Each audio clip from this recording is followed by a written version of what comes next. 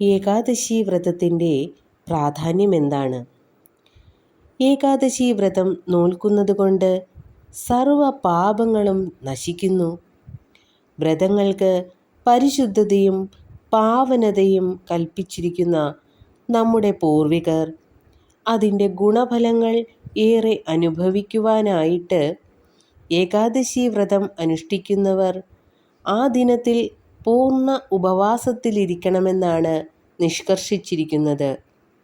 ഇത് ശരീരത്തിനും മനസ്സിനും ഗുണം ചെയ്യുമെന്നും ഈ ദിവസത്തിൽ പൂർണ്ണ ശ്രദ്ധയോടെ പ്രാർത്ഥിച്ചാൽ ഏകാഗ്രത വർദ്ധിക്കുമെന്നും നമ്മുടെ പുതിയ തലമുറയും മനസ്സിലാക്കി കഴിഞ്ഞു. വിഷ്ണു പ്രീതിക്കായും പാപശാന്തിക്കായും ഏകാദശി വ്രതം അനുഷ്ഠിക്കുന്നു.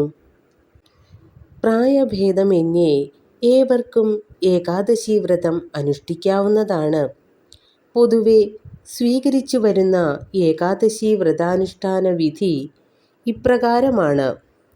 ദശമി ദിവസം ഒരു നേരം മാത്രമേ ഭക്ഷണം കഴിക്കാവൂ. ഏകാദശി ദിവസം രാവിലെ കുളിച്ച് കഴിയുമെങ്കിൽ വെള്ള വസ്ത്രം തന്നെ ധരിച്ച് വിഷ്ണു ക്ഷേത്രം ദർശനം നടത്തുക. ആ ദിവസം മുഴുവനും വിഷ്ണു ക്ഷേത്രത്തിൽ ഈശ്വര ഭജനവുമായി കഴിച്ചുകൂട്ടുന്നതാണ് ഉത്തമം. ജ്ഞാനപ്പാന, നാരായണീയ പാരായണം എന്നിവ നടത്തുന്നത് വളരെ ഉത്തമമാണ്. വിഷ്ണു സഹസ്രനാമവും വളരെ ഐശ്വര്യം പ്രദാനം ചെയ്യുന്നതാണ്. അന്ന് ഊണ് ഉറക്കങ്ങൾ തീർത്തും വർജ്യമാണ്.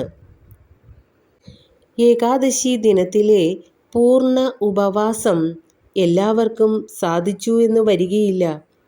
ആരോഗ്യപ്രശ്നമുള്ളവർക്ക് ഇത്രയും കഠിനമായ വ്രതം നോൽക്കണമെന്ന് നിർബന്ധമില്ല. തങ്ങളാൽ കഴിയുന്ന പോലെ വ്രതം അനുഷ്ഠിച്ചാൽ മതിയാകും. ഒരു നേരം ഫലവർഗ്ഗങ്ങളോ മറ്റോ കഴിക്കാവുന്നതാണ്.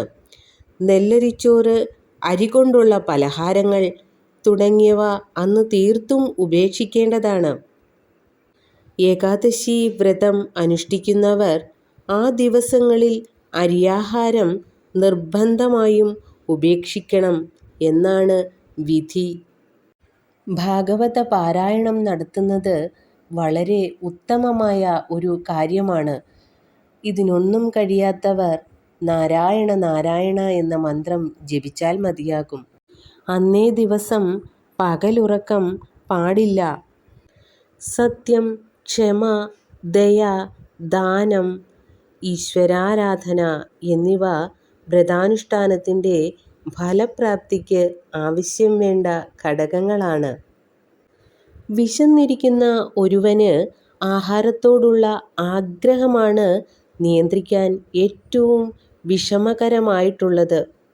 വ്രതാനുഷ്ഠാനത്തിലൂടെ ആ നിയന്ത്രണശേഷി കൈവരുമ്പോൾ സ്വാഭാവികമായും അയാൾക്ക് മറ്റ് ഭോഗേച്ഛകളും നിയന്ത്രിക്കാൻ കഴിയും. അങ്ങനെ അയാളുടെ മനസ്സും സാത്വികമാകുന്നതാണ്. ആത്യന്തികമായി മനസ്സിൽ ഈശ്വരീയമായ സാത്വിക ഗുണം വളർത്തുക എന്നതാണ് വ്രതാനുഷ്ഠാനങ്ങളുടെ ലക്ഷ്യം. വ്രതാനുഷ്ഠാനം കർശനമായി പാലിച്ചാലും വിശ്വാസപൂർവമുള്ള ഈശ്വരഭജനമില്ലെങ്കിൽ ആ വ്രതാനുഷ്ഠാനം വെറുതെയാകുന്നു. നാമജപം, കീർത്തന പാരായണം ഇതൊക്കെ വളരെ ഉത്തമമായ കാര്യങ്ങളാണ്.